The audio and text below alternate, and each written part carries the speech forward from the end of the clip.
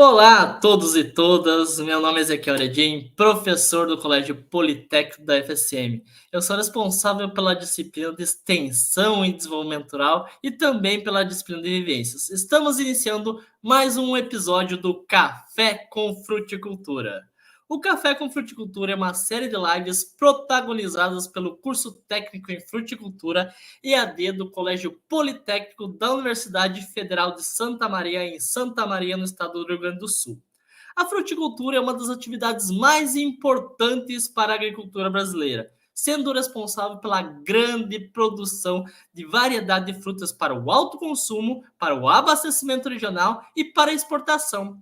Essa série visa compartilhar conhecimentos e informações relevantes sobre esse setor, abrangendo tópicos como gestão, cultivo, manejo, produção, comercialização, consumo de frutas e, nesse tópico especial, sobre a extensão rural. Cada episódio conta com a participação de especialistas e profissionais renomados do setor, que irão compartilhar suas experiências e conhecimentos sobre a fruticultura.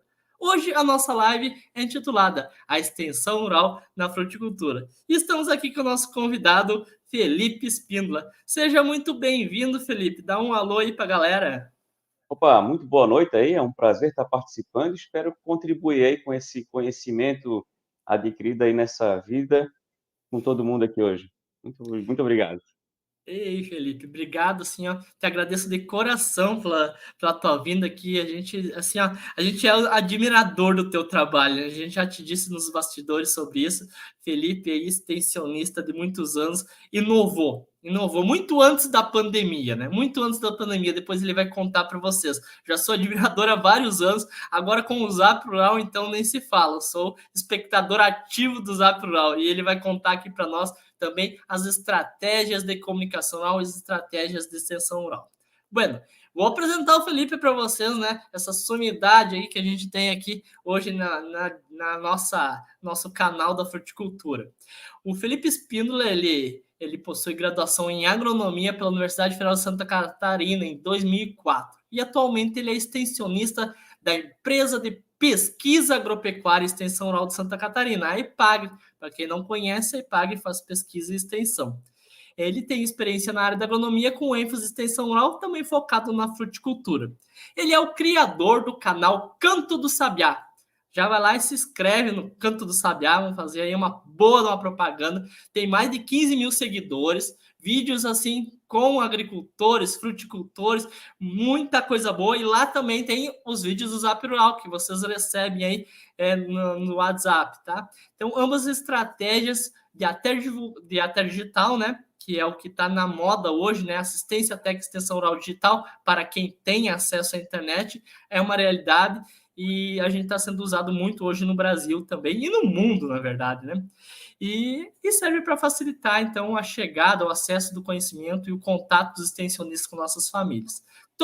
Tanto o Canto Sabiá quanto o Zapral possuem inúmeros vídeos sobre aspectos técnicos da área rural, da fruticultura, com destaque por maracujá, uva, pitaia, banana e demais questões técnicas envolvidas. Então, se quer saber mais, @Canto do Sabiá, arte até para vídeos, vocês podem procurar lá, eu já se inscrevam no canal e já vou deixar aqui para vocês tá acompanhando o Felipe, todo esse trabalho que ele faz aí no canal aí e tá compartilhando conhecimento na área para todos.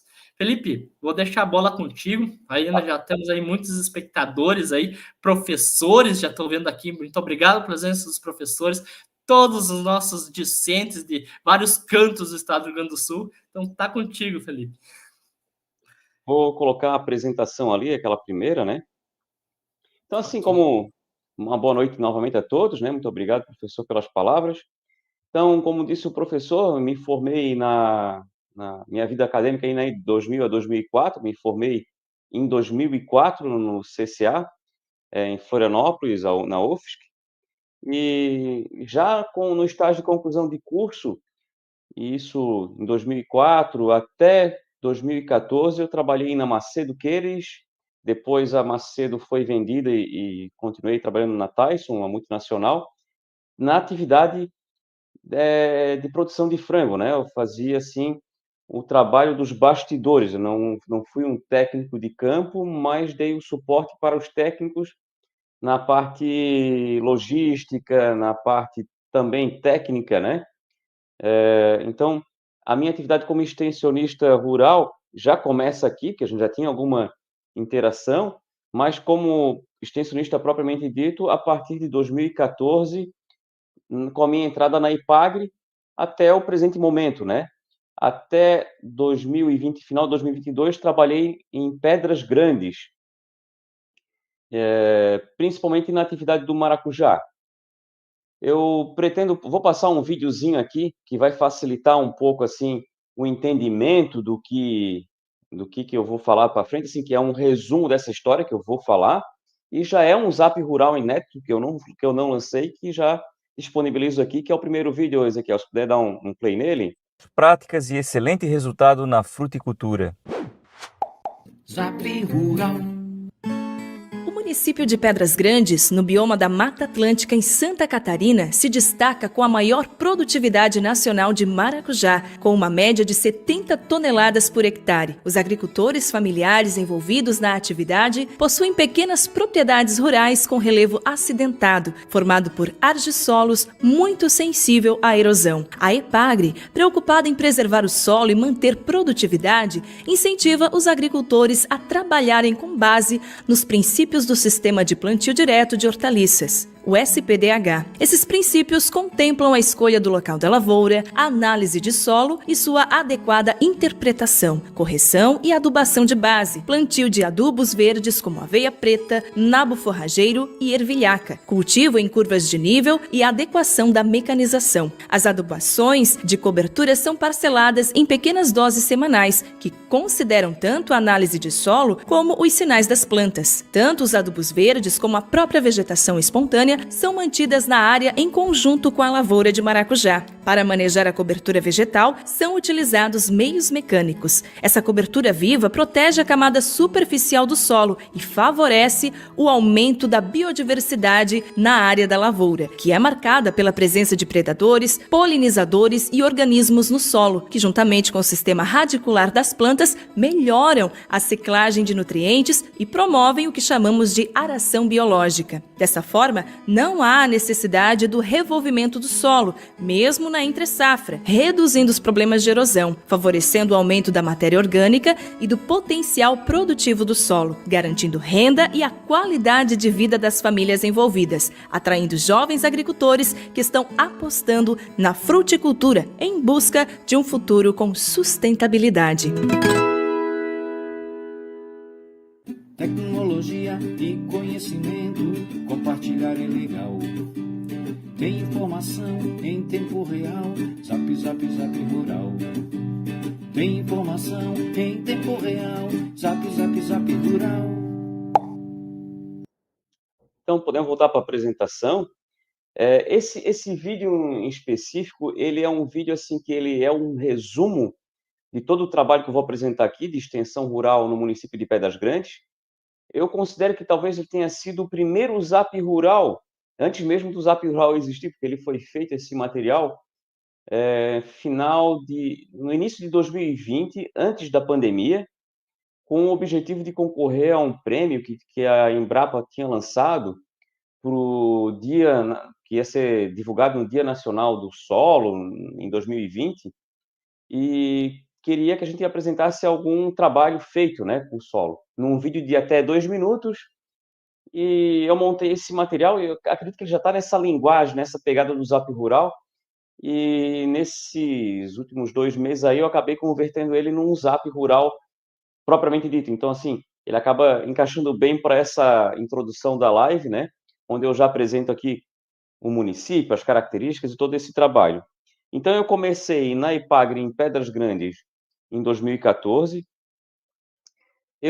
Assim, só para entender um pouco melhor, Pedras Grandes, ela está a 20 quilômetros de Tubarão, no litoral sul catarinense. Eu divido esse município assim, em mais ou menos quatro áreas ali, né? Na área 1 ali, é uma área mais alta, em torno de 300 metros de altitude. A maior parte dos agricultores nessa região 1 são de... Quando eu cheguei lá em 2015, em 2014, 2015, eram fumicultores, produtores de fumo, já na terceira geração, quarta geração, plantando fumo. Não tem... No máximo é um feijão e milho, né? Um gadinho, mas o foco principal da atividade era o fumo. A região número 2 é a região da Zambuja, que é o berço da colonização italiana. Ali é uma altitude um pouco maior, assim, chegando a alguns locais próximo a 600 metros de altitude, e predomina ali, então, produção de uva e frutas de caroço. Pêssego, ameixa, né? Nectarina. A região 3 também tem predominância de fumo, mas ela tem um diferencial que não é... que assim, ela é mais próxima de outros municípios que acabam fornecendo emprego. Então, é um fumicultor já, assim, que já tem muita gente trabalhando fora da, né? É um neo-rural, né? Tem muita gente trabalhando fora da área da agricultura. Então, é um ou outro fumicultor. E a região 4, muito mais intenso isso, então. No máximo, assim, um gadinho de corte, muito pouco fumo. Então, esse é mais ou menos a divisão do município. Eu até explico isso porque eu vou acabar voltando nesse item posteriormente, né? Então, em 2015, visitando essas áreas aqui da região 2, com um parceiro, o extensionista no município, Eusébio Pazini Toneto, eu observei em algumas parreiras de uva que os produtores tinham plantado maracujá num cantinho para fazer um teste. Minha primeira reação, chegando no município, foi até fazer uma crítica para o colega do extensionista do lado, né? Que o agricultor plantando um pedacinho de maracujá ali misturado com a uva, ele não ia nem colher a uva, nem o maracujá, uma coisa ia atrapalhar a outra, né? Mas eu fiquei com essa informação na cabeça do maracujá, será que isso é uma alternativa? Será que não é? Comecei a questionar mercado, pesquisar valores, e encontrei coisas mais ou menos assim, ó, naquela época, que para mim implementar uma lavoura de maracujá eu iria gastar em torno de R$ 20.000, e o pessoal estava colhendo em torno de 25, 30 toneladas no sul do estado, a R$ 2 em média. Então, fazendo uma conta bem direta, assim, com R$ 2, 25 toneladas daria 50 mil de faturamento bruto. Com 20 mil de investimento, me parecia um bom negócio.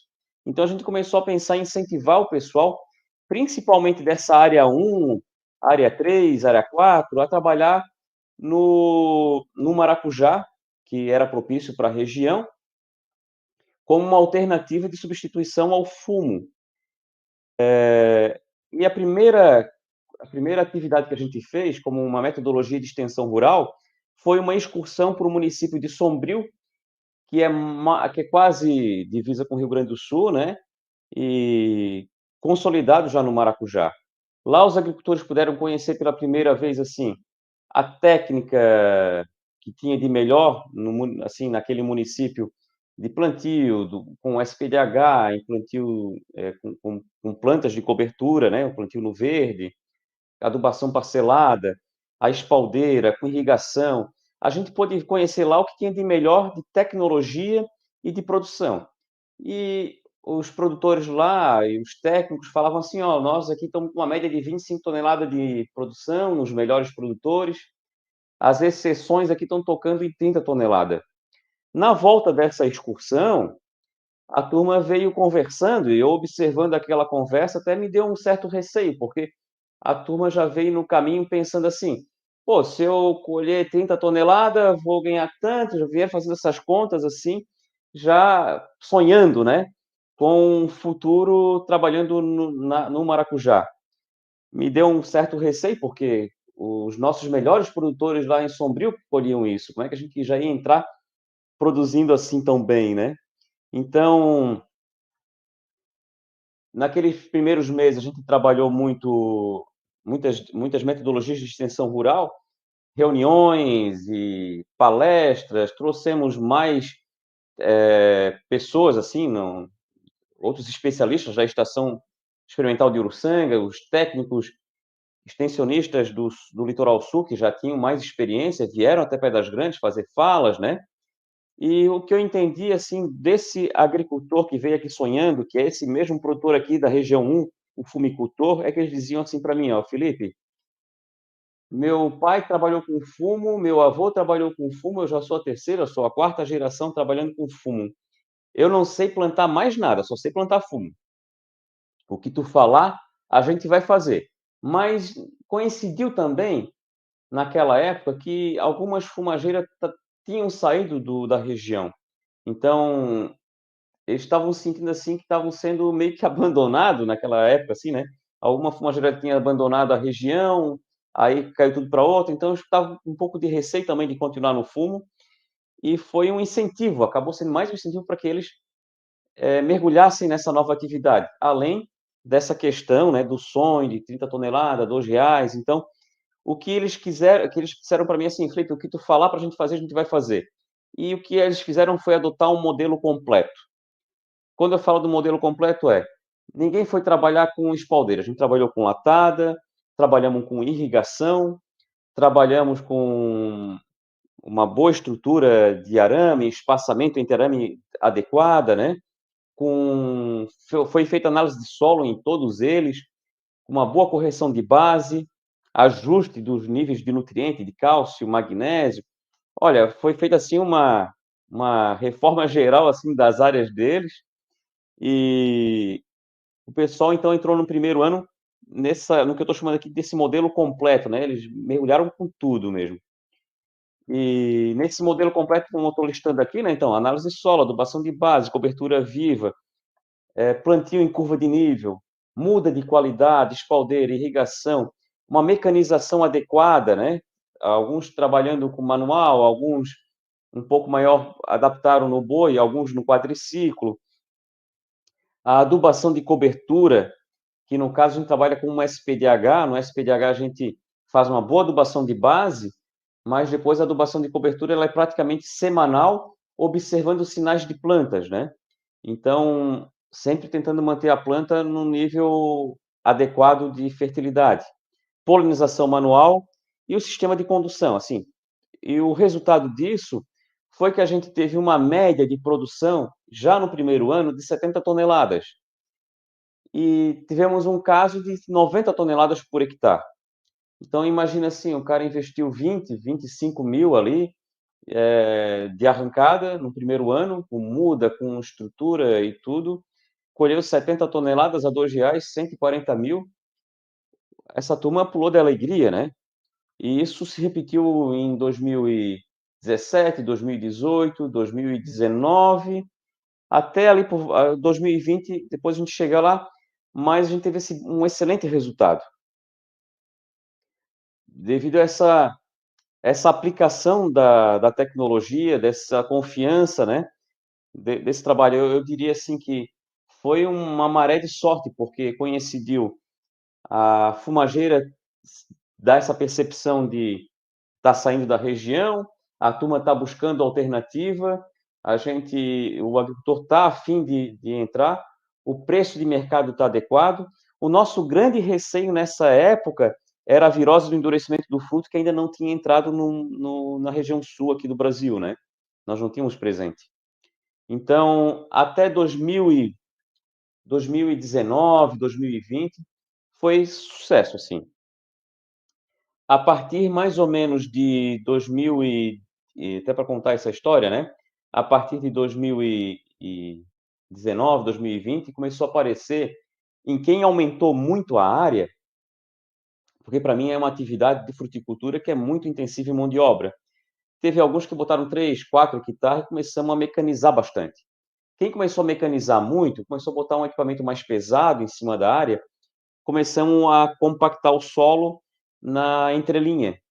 E associando isso à irrigação por gotejamento só em cima da linha, e um mau manejo de cultura de cobertura, o que acontecia é que a planta vinha muito bem até janeiro, e aí quando começava a chegar em torno de fevereiro, março, que ela estava no auge de enchimento de fruto da primeira carga, de alta demanda de água, por mais que se irrigasse, a planta não dava conta de manter a turgidez, né, e ela murchava.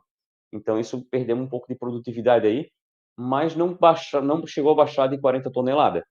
Era engraçado eu chamar os técnicos de fora, assim, os especialistas da região, né, para ver o problema que estava acontecendo em Pedras Grandes e o produtor chorando, reclamando com 40 toneladas, que era um excelente resultado. Mas a gente sabe, avaliando assim, que tinha muito problema com a compactação do solo. E quando a gente avaliava, e esses relatos eu tenho no canal TV Terra, né?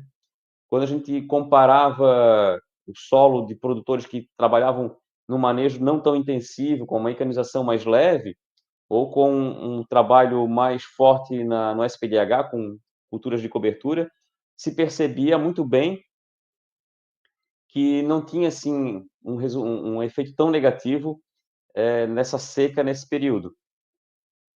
Em 2018, com esse resultado todo de 90 toneladas, 70 toneladas de média, eu conversei com o ATA, que é o responsável pelo município, né? O ATA esteve no município e questionou, eu questionei ele, né?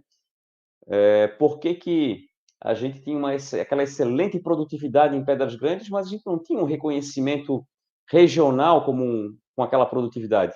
E ele me sugeriu gravar um vídeo, 2 vídeos ali, e postar na Ipagre, postar no Facebook da Ipagre. E eu peguei o meu celular, fui a campo e gravei 2 vídeos numa tarde. Não cheguei nem a editar, foi só 2 videozinhos assim curto, entrevistando o agricultor, dele fazendo o relato dessa produtividade. Só que quando eu fiz isso foi mais ou menos ali por volta de julho, e logo em seguida chegou agosto e a notícia de que a gente não podia, que a Ipagre não iria postar vídeo nenhum naquele momento, porque ia começar a campanha eleitoral para governador, para presidente em 2018. E como a gente não poderia postar nada nas redes sociais da Ipagre, mas a gente poderia continuar soltando numa rede nossa, né? No meu Facebook, nas minhas redes sociais particulares.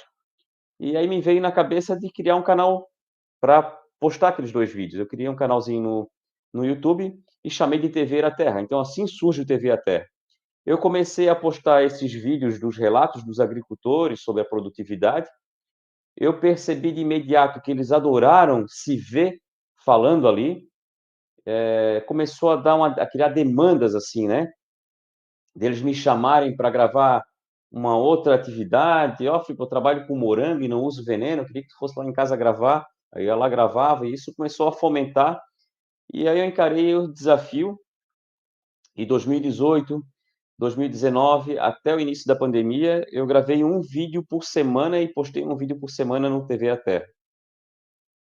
Então essa relação com os agricultores foi fantástica, assim, né?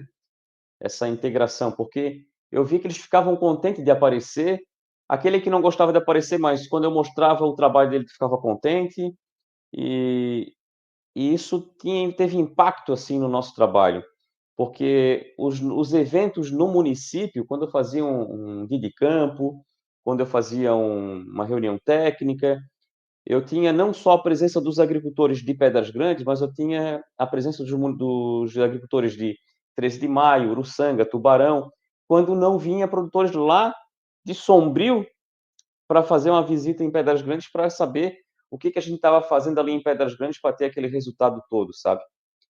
Claro que aquele resultado todo não é só o capricho daquele agricultor, que eu acho que foi excepcional, né? Mas também as condições climáticas ali de Pedras Grandes também favoreceram muito.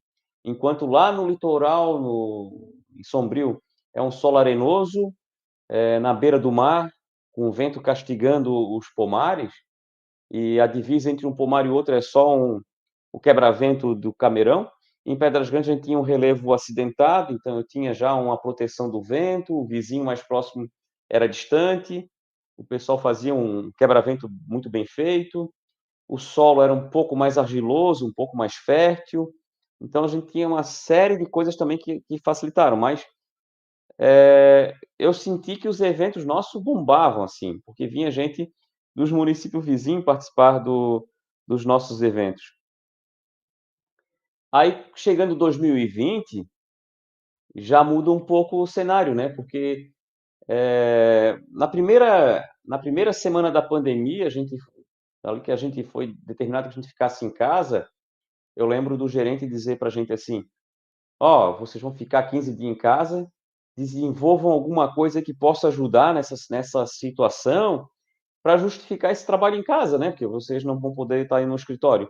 E aí, como eu já tinha esse conhecimento de edição, de produção audiovisual, desses 2 anos trabalhando com o TV Até, eu fiz uma proposta de mudar, de fazer as lives, porque os eventos da EPAG estavam acontecendo no Meet, e no Meet, com todo mundo de câmera aberta, microfone aberto, é uma bagunça, né?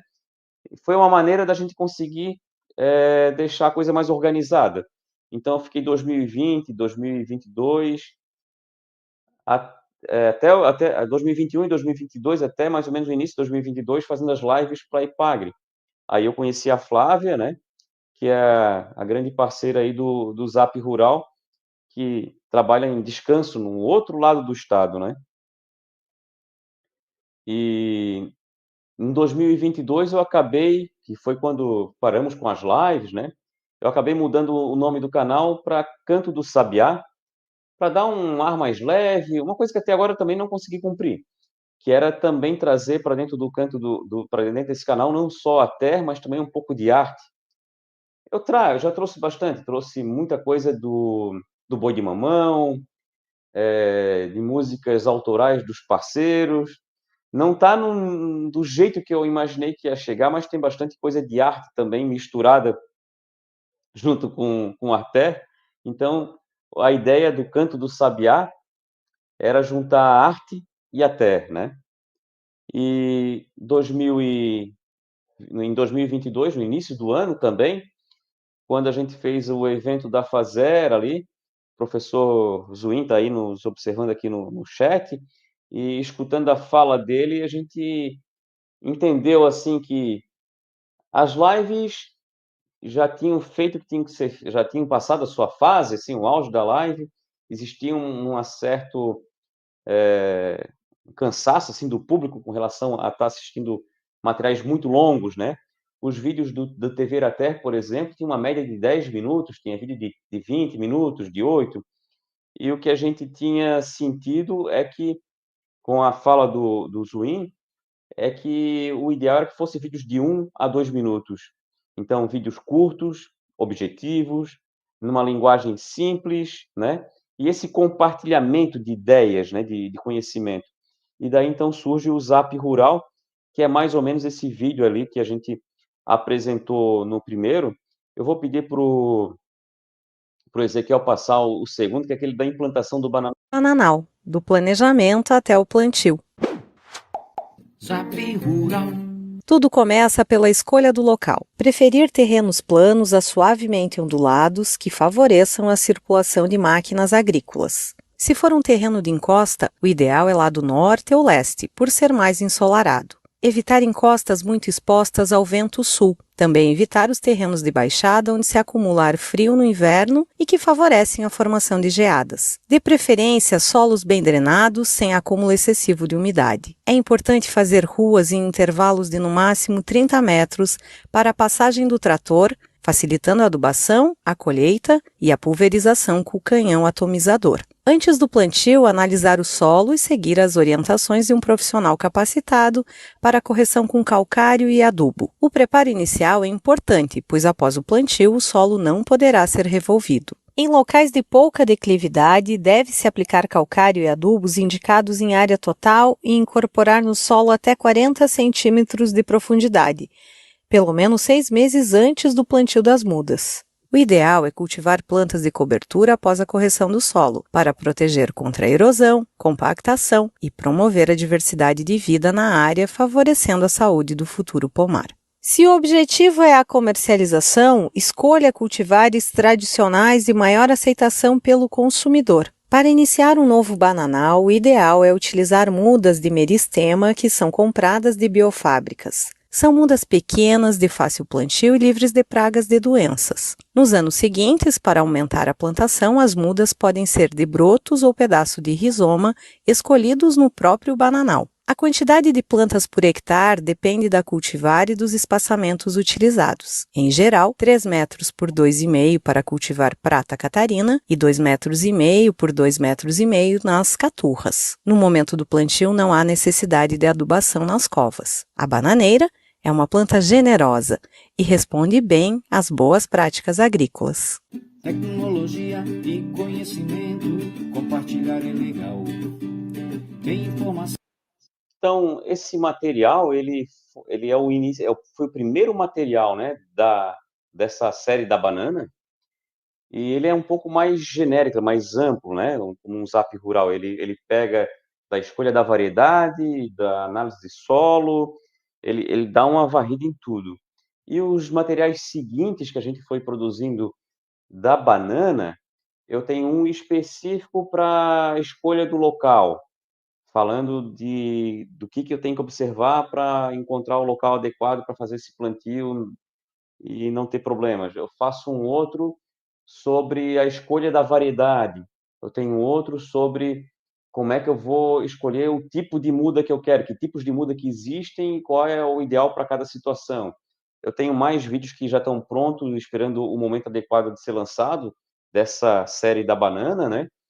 Que é a hora do plantio, e tem alguns que ainda não foram nem produzidos, mas já estão na mente, que é da adubação, de cobertura e os tratamentos que tem que ser feito, assim, sempre pegando uma linha de pegar um assunto. Agora eu fiz um vídeo bem genérico, citando o todo, e agora eu vou pegar e pontuar item por item, né? E vamos soltando, sempre pensando que a época do ano é apropriada para aquela informação.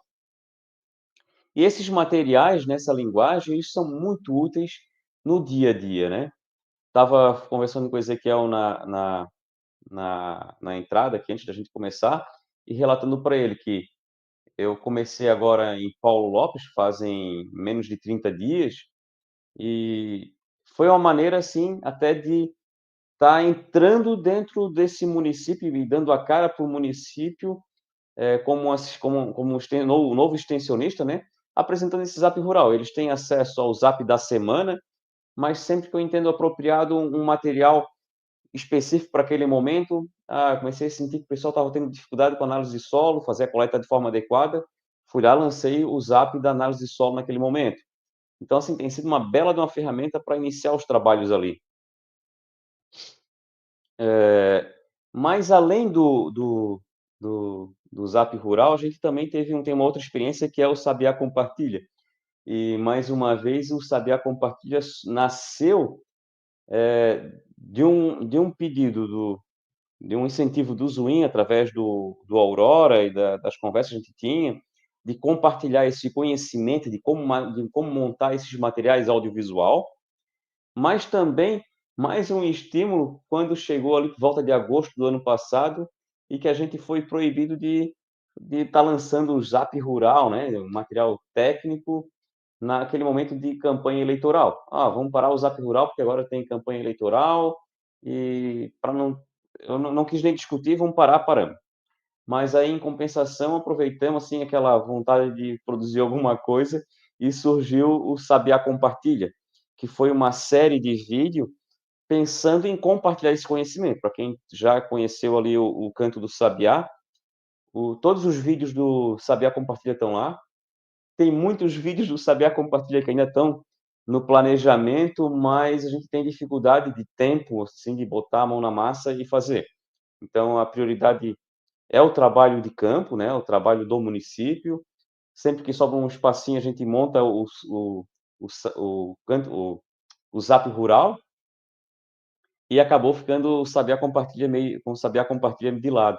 Vou pedir para o Ezequiel passar um vídeo do Sabiá Compartilha, só para ter uma noção dessa toada, de como é que é esses vídeos do Sabiá Compartilha. E áudio com qualidade. Sabiá Compartilha. Metodologias e ferramentas de Ater Digital. Criatividade e sustentabilidade andam juntas aqui. Um vídeo é composto por imagens e áudio, sendo o áudio muitas vezes mais importante do que as imagens. Boa parte das informações que se pretende transmitir está no áudio, sendo as imagens apenas um complemento, uma ilustração para facilitar a compreensão do conteúdo. É mais fácil alguém assistir um vídeo com imagens ruins do que aguentar um vídeo com problema no áudio. Apesar dessa importância, muitas vezes o áudio não é valorizado. Vamos apresentar aqui os principais defeitos do áudio e como resolver. Lembrando que a ideia é sempre propor técnicas de baixo custo utilizando equipamentos acessíveis. O celular é uma excelente ferramenta para a captação de imagens e áudio. E o mais importante, é acessível para a grande maioria. O principal fator da qualidade do áudio está na distância entre o microfone e a pessoa que está falando. Isso independe do tipo de microfone, inclusive o microfone do celular. Quando o microfone está perto de quem está falando, a voz da pessoa fica num volume bom em relação ao som do ambiente em volta. Assim, conseguimos um áudio de qualidade. Quando o microfone está longe de quem está falando, a voz da pessoa fica mais baixa e o som do ambiente em volta se torna mais presente. O volume da voz da pessoa é possível aumentar na edição, porém, também será aumentado o volume do som do ambiente. Assim, a qualidade do áudio, quando o microfone está longe de quem está falando, fica pior. Podemos resolver esse problema simplesmente gravando numa distância menor. Para a gravação com celular, a minha recomendação é um braço de distância. Também é possível gravar com o uso de microfones de lapela com um cabo comprido.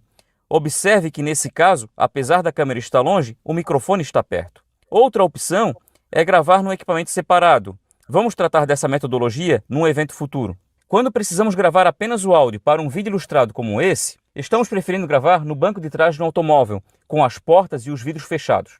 O ambiente dentro do carro possui uma boa acústica e um bom isolamento do som externo. No verão, o carro é mais problemático devido à temperatura, sendo necessário gravar em horários mais frescos. Nesse caso, podemos usar um celular para gravar. O ideal é usar um aplicativo de gravação de áudio. O uso de fones de ouvido também ajuda muito. Isso porque quando o fone está colocado aqui no ouvido, a posição do microfone fica tal que ajuda muito a captação, já fica próximo o suficiente. Não é necessário e não se deve segurar os microfones do fone de ouvido perto da boca. Fazendo isso, podemos gerar ruídos indesejáveis nas palavras com P e B e no sopro da respiração. Atualmente, fones de ouvido na faixa de R$ 80 possuem um bom resultado. Também é possível encontrar microfones de lapela compatíveis com o celular por menos de R$ 50. Apesar de serem microfones simples, costumam entregar um bom resultado. Independente da opção, é fundamental testar a qualidade dos equipamentos antes de gravar para valer. Em gravações externas, o vento pode ser um problema importante. Quem não tem experiência pode não perceber o problema durante a gravação, comprometendo a qualidade do material captado. O ideal é procurar um local sem vento e ruídos que possam atrapalhar. Se não for possível fugir do vento, uma possibilidade é proteger o microfone. Isso pode ser feito colocando a pessoa que estamos gravando de costas para o vento. Assim, protegemos o microfone que está no celular. No caso de lapelas, é fundamental o uso de espumas que amenizam o efeito do vento. Usar microfones por baixo da roupa também pode ajudar nessas situações. Outro ponto importante é a padronização dos áudios. Para isso, é importante gravar tudo nas mesmas condições. O som fica diferente se for gravado no banco de trás de um carro ou se for gravado no banco da frente. Existe diferença se o som for gravado mais próximo ou mais longe da câmera. No ambiente interno, uma sala, o local que a gente está, a posição dos móveis, qualquer coisa que mude, pode trazer características diferentes para o áudio. O ideal é padronizar tudo e gravar sempre da mesma forma. Por isso, utilizamos o carro como nosso estúdio móvel. Os microfones rendem muito conteúdo e podemos falar mais sobre esse assunto. Em breve falaremos sobre os tipos de microfones e suas aplicações. Até a próxima! Sabiá compartilha metodologias e ferramentas de Ater Digital. Criatividade e sustentabilidade andam juntas aqui. Eu acredito que a gente tem em torno de 17 a 20 vídeos dessa série do Sabiá Compartilha. O grande objetivo dessa série é passar esse conhecimento, é compartilhar esse conhecimento em Ater Digital para quem deseja também trabalhar com essas ferramentas, né?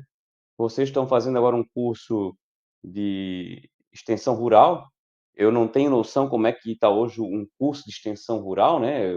Quando eu fiz meu curso foi lá para o início entre 2002, 2001, por aí deve ter feito minha disciplina de extensão rural. E naquela época a gente ainda tinha na universidade, na UFSC, aqueles computadores com, com tela de tubo, não existia um celular que gravasse. Eu lembro de levar uma câmera digital para fazer umas fotos de um trabalho de acadêmico, uma resolução baixíssima, assim, e que a gente nem tinha condição de ver na câmera que eu levei, né? Claro que já tinha câmera um pouco melhor, mas a gente não tinha nem condições de ver se a foto digital que a gente fez naquele momento ficou boa ou não ficou. Tinha que levar até um computador para verificar. Ainda era com disquete, né? Mal começando a ter acesso a CD-ROM naquele momento. Mas as tecnologias que a gente tinha acesso. E hoje esse mundo está completamente diferente. Então, a ideia era poder compartilhar esse conhecimento. Para mim, como extensionista formado lá no início dos anos 2000, poder trabalhar com a Terra Digital hoje, a gente teve que amadurecer, ir atrás, estudar, pesquisar por conta própria. E talvez fosse um atalho, uma maneira de dar o caminho, assim, para que pudesse mais extensionistas trabalhar com ferramentas de Terra Digital, de forma mais prática. Claro que a Terra Digital não é apenas a produção do audiovisual. Até fazendo um relato dessa minha chegada no município de Paulo Lopes, e falando de Terra Digital, né? Até um pouco antes, assim, ó, 2014, eu acho assim que é fantástico assim o quanto que é exponencial o desenvolvimento dessas tecnologias na nossa mão, né? Em 2014 eu chego em Pedras Grandes e eu percebo não só lá como nos municípios vizinhos que a predominância de fazer convite para um evento, um dia de campo, uma reunião, era imprimir um convite, recortar lá um quadradinho com as informações do convite e de casa em casa levar. Entre 2015 e 2018, isso já mudou completamente e a gente já não fazia mais esse procedimento, já era grupos de WhatsApp, mensagem individual, mensagem em grupo, para distribuir o convite. Claro que dava uma reforçada na hora que fizesse uma visita, né? Mas já o nosso público ficava ciente de um evento, já pensando recebendo um convite virtual. Então, assim, é muito rápido. Chegando em Paulo Lopes agora, na primeira semana com o técnico que estava lá, o meu primeiro pensamento foi: como é que eu vou saber o que é o que, onde é, como é que eu vou me localizar aqui? Sentamos com ele num computador, na frente do Google Earth, e mapeamos o município inteiro. Principais agricultores, assim, que são referência no município em várias atividades, comunidades. Então, o técnico que estava lá saiu, hoje eu estou sozinho no município, eu preciso fazer uma determinada visita num produtor referência, eu vou lá no Google Earth, pego o ponto no mapa lá, as coordenadas, e chego na propriedade, chego na comunidade sem dificuldade. Um outro procedimento que a gente fez, assim, que me facilitou muito a vida nessa troca de município, foi o grupo do WhatsApp. No município tinha um grupo de pecuária, tinha um grupo do CMDR, tinha vários grupos atuando, mas não tinha nenhum grupo assim que concentrasse o todo. Aí, então, eu propus para ele a gente criar um grupo chamado Epagre Paulo Lopes, e o técnico que estava lá antes tinha 330 contatos na agenda dele, incluindo agricultores, incluindo o prefeito, vereadores, as instituições parceiras no município, né? Ele foi adicionando as 330 contatos que ele tinha, e ele acrescentou, ele deu o enter ali numa vez só. Então, quando ele deu o enter, entrou os 330 contatos, eu já estava com um texto pré-engatilhado ali, já escrito, com um texto dizendo, ele se despedindo, apresentando eu como um novo extensionista, dizendo que aquele era um grupo, que foi um grupo que eu preferi deixar ele como um grupo calado, né? Um grupo onde só eu, como extensionista, tenho acesso a postar informação, mas dizendo para eles assim, ó, que se eles precisassem de qualquer coisa da gente, bastaria mandar uma mensagem no privado. E falando sobre esse tópico em específico, antes de continuar, hoje a gente tem duas opções. Ou a gente abre, ou a gente deixa um grupo aberto, mas tem que ficar em cima policiando, isso é um desgaste enorme, ou deixa o grupo calado e só a gente posta, porque se a gente deixar meio frouxo, é muita bobagem, né? O pessoal posta muito bom dia, boa noite, boa tarde, e aí o grupo acaba perdendo o valor, né? Quando não é um monte de fake news que cai nesses grupos. Então, é preferível estar com o grupo calado e ele ter valor, porque até a gente mesmo se comporta assim. Quando tem um grupo que tu participa que só tem bobagem, só zoeira, quando cai qualquer coisa nele, a gente nem olha. Agora, se é um grupo que a gente sabe que lá tem informação interessante, toda vez que acende lá um sinalzinho que chegou alguma coisa, tu vai olhar. Então, sendo um grupo da IPAGRE, onde eu vou estar apresentando uma informação técnica, um convite, alguma coisa nesse sentido, desculpa, é interessante que seja um grupo que sempre que cair alguma coisa lá, seja alguma coisa relevante. E aí o grupo acaba sendo eficiente. E o resultado desse trabalho com o grupo é que realmente funcionou, porque hoje muitos agricultores que eu nem conhecia ainda entram pelo grupo, me veem como administrador ou simplesmente o sujeito que está mandando a mensagem ali, clica e entra em contato comigo. E às vezes chega a marcar a visita e novamente entra aí os aspectos da terra digital, né? E eu agendo a visita com ele, peço para ele me passar a localização, um ponto no mapa, ele me manda pelo WhatsApp, no dia seguinte, no dia e hora marcado, apareço eu lá na propriedade dele e a gente faz o trabalho. Então, assim, eu achei que foi uma maneira muito são técnicas, assim, que facilitaram muito a entrada no município novo e continuar o trabalho sem ter esse baque de ter uma troca do extensionista. Ezequiel, por mim, eu acho que essa era a fala. Eu acho que a gente pode fazer um bate-papo agora aí e responder as questões do público. Muito bom, sensacional. Eu sempre falo isso porque Felipe é sensacional, é, a conhecer as tecnologias as formas de comunicação com que a gente pode estar usando de forma complementar ao trabalho, né? Importante aqui, né? Nossos estudantes aqui, né? Isso são formas de complementação da extensão rural, né? Quando a gente fala de ATER digital, isso é muito importante, né? Nós já estamos careca de saber, né? Mas assim, quando se fala em ATER digital, não é exclusão da ATER presencial, é uma complementação, né? Tudo que o Felipe comentou aqui é para complementar os serviços de assistência técnica e extensão rural. Então, isso é bem bacana. Tem muita gente participando aqui. Eu vou chamar. Bom, o Zwin já se apresentou aqui, o Zwin, né, que organiza toda a rede Aurora, né, de diálogos em ATER digital, que incentiva eu, Felipe, um monte de galera a produzir. Muito obrigado pela tua presença. O senhor Zwin é da USP aí, tá fazendo aí história aí nesse novo momento aí da extensão rural. E aí eu vou chamar aqui a pergunta do Gustavo Pinto da Silva, nosso coordenador, também especialista em extensão rural, né? Ele trabalha aqui, Felipe, para você conhecer a Polifeira, né? Ele criou uma feira do agricultor dentro da Universidade Federal de Santa Maria. E aí tem todo um processo de transição agroecológica nessa feira, então virou um case de sucesso aí nacional, né? E o Gustavo diz o seguinte, né? Ele é nosso coordenador, né? Parabéns pela abordagem. O técnico em fruticultura teve a oportunidade de conhecer a realidade dos produtores de maracujá no município de Araranguá. Excelente trabalho da IPAGRE, em Araranguá. E aí ele fala aqui adiante, ele gostaria que você fizesse essa contextualização, que é importante para os nossos alunos, né?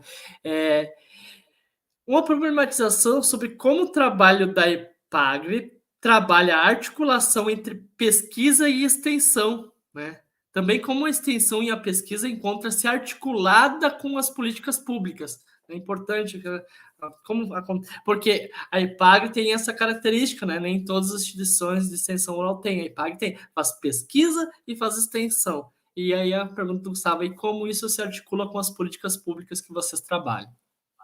Eu tenho enxergado assim, ó, essas articulações, esses contatos dependem muito de cadeia produtiva, de técnico, de pesquisador. Eu tenho um contato maravilhoso da fruticultura, em especial no maracujá, né, na região aqui do Litoral Sul, e foi fantástico, assim. Ali a gente tem um grande parceiro na Estação Experimental de Uruçanga, que é o Petri, que formado aí com vocês, né, da URGS. É URGS, né? Eu estou equivocado. O FSM, a URGS é em Porto Alegre. Porto Alegre. É da URGS? Umas horas só de diferença. Só umas horas. Assim, era um trabalho excepcional, porque a gente, quando precisava de uma palavra dele num evento presencial, ele estava com a gente. Quando a gente precisava de uma formação, a gente puxava o pessoal da pesquisa e ajudava a gente a se capacitar, estar mais por dentro, né? Então, isso para a gente, na fruticultura, no maracujá, foi excepcional. A gente tinha uma boa capacitação, um nivelamento dos extensionistas da atividade com a pesquisa. E, por exemplo, em políticas públicas, já envolvendo política pública também, uma coisa que fez assim, o maracujá no litoral sul de Santa Catarina, eu acredito que o Rio Grande do Sul está na mesma linha em relação ao restante do Brasil. O maracujá tinha já a fama de ser uma cultura cigana, cigana no sentido que se instalava num local, fazia dinheiro, o produtor ficava contente, vinha as doenças e a cultura ia-se embora, né? Porque não tinha condições de se preservar com a doença. E o nosso grande medo, que eu já citei lá no começo da minha fala, era quando entrasse o maracujá, ou entrasse a virose do endurecimento do fruto no maracujá aqui no litoral sul, que mais cedo ou mais tarde ia entrar. Só que quando entrou, a gente transformou esse limão numa limonada, porque articulando a pesquisa, a extensão, a SIDASC, que é a parte sanitária aqui em Santa Catarina, a gente entrou com a ideia de estruturar o vazio sanitário. Então, conseguimos articular a questão legal de criar essa legislação, essas regras, né? Que por volta de julho, corta tudo, extermina os maracujá que tem a campo e só pode voltar a ter maracujá a campo em agosto. Então, temos um mês de vazio e nesse período só pode ter maracujá dentro de viveiro telado, dentro de regras pré-estabelecidas que estão isentos da virose do endurecimento. Em paralelo, além de ser uma planta isenta da virose, é uma planta que a gente chama de mudão, né? Que ela foi plantada lá por volta de março, abril, e quando ela chega a campo em agosto, ela já está praticamente na metade, ou se não está na altura do arame. Então, ela já chega assim bombando. E quando a gente, então, o que aconteceu foi que a gente adiantou a nossa produção. O que antes a gente começava a colher por volta de fevereiro, já tem colheita por volta de dezembro, que é o nosso melhor preço. Colhe menos ali naquela época do que começava, do que colheria antes, lá no início de fevereiro, mas colhe num preço muito melhor. E a produtividade aumentou. Então, quando eu comecei esse trabalho no maracujá, visitando o litoral sul, Sombrio, eu falei para vocês aqui que era 25 toneladas, 30 toneladas. Hoje lá a meta para um produtor excelente é 50. Por que a meta lá agora é 50? Porque entramos com mudão, entramos com vazio sanitário, não tem mais, não só a virose não é problema, como também não é mais problema a bacteriose e várias outras doenças deixaram de ser problema. Se intensificou o trabalho com adubação bem reguladinha, se intensificou todo o trabalho de técnico, né, em cima disso. E graças à virose do endurecimento do fruto ter chego na região, hoje a gente continua produzindo maracujá e melhoramos muito a eficiência desse processo. E isso tudo articulando pesquisa, extensão, políticas públicas, né? Muito bacana, Felipe. Ó, também presença aí até o pessoal de Viçosa aí, ó. Obrigado pela tua presença, Matheus. Matheus aí, veio de Viçosa, da UFV, né? Um grande centro de excelência em ciências agrárias, né? Viçosa, Santa Maria, né? A UFSC, né? Muita gente formada nesses centros aí que são referência nos estudos do Brasil. Cara, o Felipe eu já considero que eu posso tomar mate com ele, já é meu amigo virtual, né? Cara, assim, ó, cara, tem tanta pergunta para te fazer que eu não sei por onde começar. Vou te contextualizar para você comentar, né? Bom, o Colégio Politécnico da Universidade Federal de Santa Maria é um colégio técnico, né? Tem vários cursos técnicos. Um deles é a fruticultura, que vem com esse desafio de fazer EAD, e ele tem uma característica diferenciada dentro pela sua capacidade de fazer extensão, né? Então, assim, própria coordenação do curso de fruticultura e outros, curso técnico em agricultura, agropecuária, nosso coordenador da agropecuária está aqui também, assistindo a live, técnico em agricultura de precisão, enfim, técnico em alimentos, a gente tem vários cursos técnicos aqui que fazem em conjunto e fazem muitos dias de campo dentro do Politécnico, né? Então, nós temos uma área experimental de fruticultura, o professor Diniz já mandou mensagem que está aqui, o nosso especialista em poda e fruticultura, que construiu toda essa área, e a gente traz os agricultores para dentro da universidade, que esse é um grande desafio, né? Conseguir trazer eles para dentro da universidade, né? Os extensionistas participam, todo mundo participa junto, né? Então, a gente também faz, como técnicas e métodos de extensão rural, muitas excursões, né? Como o professor Gustavo ali falou que foi a Santa Catarina, né? Em Araranguá, no trabalho da IPAG, para dar essa dimensão de criar um momento simbólico para o nosso aluno, nossos produtores, de que aquele momento, aquele dia que a gente foi lá, a gente visitou a propriedade e conhecer essas outras realidades, que tudo são métodos e práticas e técnicas de extensão rural, né? Bom, nesse sentido, assim, Felipe, eu vou te jogar um negócio, tu me joga de volta se tu quiser, mas enfim, o que tu acha? Qual é a melhor técnica, afinal, um método que você assim já encarou e que você diz, cara, isso aqui dá mais certo do que esse método aqui, depende da situação, sempre depende, né? O que tu me diz da tua experiência prática com fruticultores, agricultores, enfim? O que tu me diz? Cara, eu assim, ó, às vezes a gente tem até dificuldade de dar nome para essas metodologias, né? Que a gente, na universidade principalmente, e a própria empresa de extensão também, quer que a gente bote dentro da caixinha, né? E no dia a dia, na prática, eu confesso para ti que a gente mistura muito, mas o que importa, na verdade, é que funciona.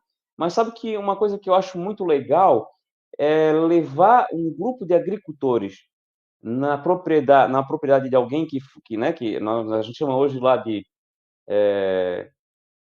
a nossa unidade de referência técnica, né? E a gente tem uma propriedade que a gente tem tudo muito bem feito, que a gente considera que está tudo certinho, que segue as orientações, principalmente faz um acompanhamento técnico e financeiro, contábil do negócio, levar o agricultor, um grupo de agricultores, numa propriedade de um outro agricultor e ouvir desse agricultor o relato, eu acho que dá um excelente resultado. Agora, qual é o nome dessa metodologia, Ezequiel? Às vezes a gente chama de dia de campo, mas não é um dia de campo, porque um dia de campo é outra coisa. Isso é uma reunião técnica? Não sei. Às vezes a gente vai lá para poder assinalar lá no sistema, a gente às vezes bota como um dia de campo, né? Sabendo que está errado, mas que passa e funciona, a gente é avaliado assim, né? Mas eu acho que levar agricultor para ver um caso, dentro do mesmo município, eu acho que não chega a ser uma excursão, né? Eu acho que é o que traz o melhor resultado, porque é ver o agricultor, ouvir de outro agricultor o relato. Ó, realmente eu fiz assim, esse negócio de plantar cobertura verde no meio da lavoura e trabalhar com a roçadeira aqui, parece que dá trabalho, parece que no começo eu achei que não ia dar certo, fiquei com medo, porque ele relata os medos que ele teve no começo, né? Que sempre vi do meu pai que tem que manter tudo limpinho, e agora veio o agrônomo e disse para mim que eu tenho que deixar o mato crescer aqui no meio, e funciona. E aí ele começa a fazer os relatos dele, porque quando eu faço o relato, eu observo alguns detalhes, o agricultor observa outros. Então, o agricultor, ensinar o agricultor, para mim, é a melhor metodologia, assim, que eu vejo de resultado. Claro que para chegar nisso tem que estar com o resultado pronto, trabalhando, né? Tem todo um. Para mim conseguir ter feito isso em Pedras Grandes, por exemplo, eu precisei ter começado com uma excursão até Sombrio, ter feito reuniões técnicas, ter feito palestra, ter feito dias de campo, até que eu consegui ter uma unidade de referência técnica estabelecida, boa, né, para levar lá um grupo de agricultores e algumas dessas fotos que eu apresentei na minha apresentação são de jovens ou são de agricultores até de outros municípios que vieram fazer excursão para ver, né? Ou até fotos de agricultores do município ali, porque teve uma segunda onda em Pedras Grandes. A primeira onda foi aquela dos fumicultores, e depois outras regiões ali também começaram a entrar. Eu até não concluí, né? a região 1 é onde a gente teve todo aquele sucesso, aquela região do fumicultor. A região que já tinha que já tinha a uva e o pêssego, não foi sucesso o maracujá, porque o maracujá para aquela turma era uma segunda atividade. Ele, se sobrasse um pouquinho de calda no tanque, ele ia lá e pulverizava também o maracujá. Se sobrasse um pouquinho de tempo, ele ia lá e também adubava o maracujá. Então, era o segundo. Então, lá eu não consegui ter resultado. Assim como também não consegui ter resultado imediato nas outras duas regiões. Mas agora, uma das outras duas, aqui, se eu não me engano, estava de amarelo, o pessoal começou a fazer essas visitas internas, entre trocas de informação dentro do município, e aí aquele que era um pouco mais teimoso, mais ressabiado de entrar numa tecnologia nova, ouvindo o conhecido dele dentro do município fazer o relato que o negócio funciona, começou a entrar e também está tendo resultado já. Hoje temos bons resultados em outras regiões dentro do município de Pedras Grandes. Não sei se eu respondi ou se eu compliquei. Com certeza, com certeza. É a questão dos pares, né? Falar entre quem parece que tem essa questão assim, que quem faz a mesma atividade que eu tem um valor, e esse valor ele pode ser reproduzido no senso prático. Essa é a grande dificuldade, né? Às vezes a gente faz um dia de campo, né? E a gente não tem essa dimensão de mensurar. Essa é a grande dificuldade do trabalho de extensão, né? Qual foi o impacto, né? Foi além de um passeio, né? É o debate, né? Como a gente mensura o impacto do trabalho do extensionista, né? E isso que é um grande desafio, né, Felipe? Talvez até a linguagem dos pares seja o ideal, sabe? Que também é um dos fatores do próprio Zap Rural. A gente está sempre atento à linguagem, porque a gente costuma, como técnico, muitas vezes querer fazer uma abordagem levando a rigor toda aquela técnica, todo aquele linguajar que a gente aprendeu na academia. E a gente acaba o produtor está ali, está observando, um pouco ele entende no contexto, mas muita coisa ele deixa de captar por essa falha nossa. E quando a gente bota o agricultor para falar com o agricultor, já vai entrar na linguagem certa, né? Muito bom. Eu acho que você bateu aí num ponto excepcional, né? No curso técnico em fruticultura você aprende muitas técnicas, né? Então você vai aprender termos técnicos, terminologias, e que é, e aí depois a gente tem que ter essa capacidade, como diria Boaventura de Souza Santos, né, de tradução, né, de traduzir de forma simples para que o agricultor entenda, né?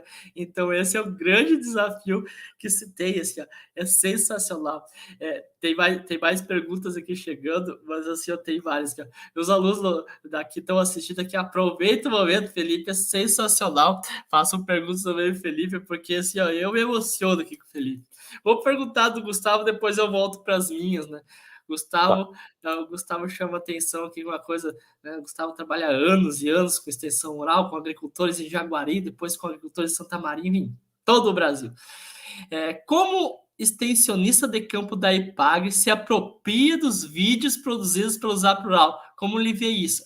Sensacional! Formação de extensionistas também, né? O que tu me diz sobre esse caso?